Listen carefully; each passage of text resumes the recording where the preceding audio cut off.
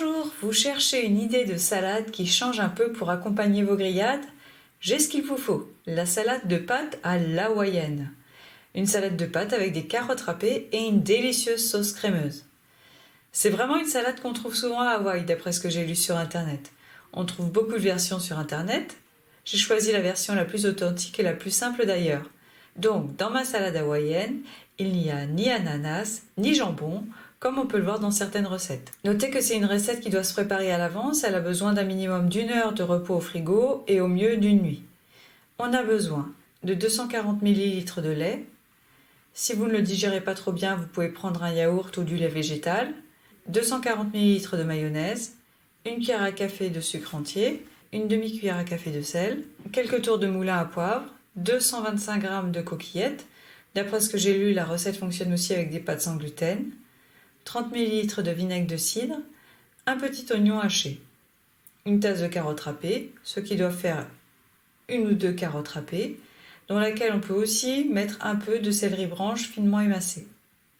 En option, on peut donc ajouter du jambon, de l'ananas et des lamelles d'oignon nouveau.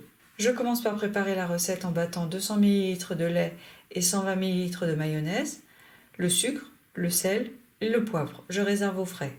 Je fais cuire les pâtes dans un grand volume d'eau bouillante salée, le temps indiqué sur le paquet. J'égoutte bien, puis je les remets dans la casserole.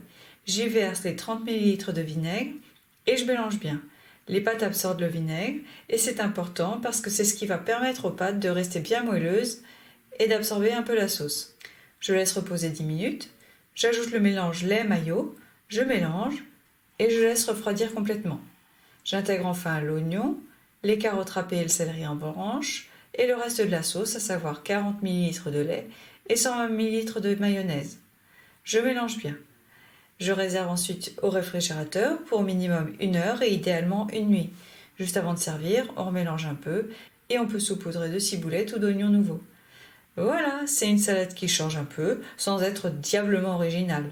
Sur ma chaîne YouTube, je vous propose d'autres salades bien moins consensuelles, elles, comme la fausse salade de pommes de terre ou la salade de brocoli cru. Dites-moi celle que vous préférez en commentaire. À bientôt!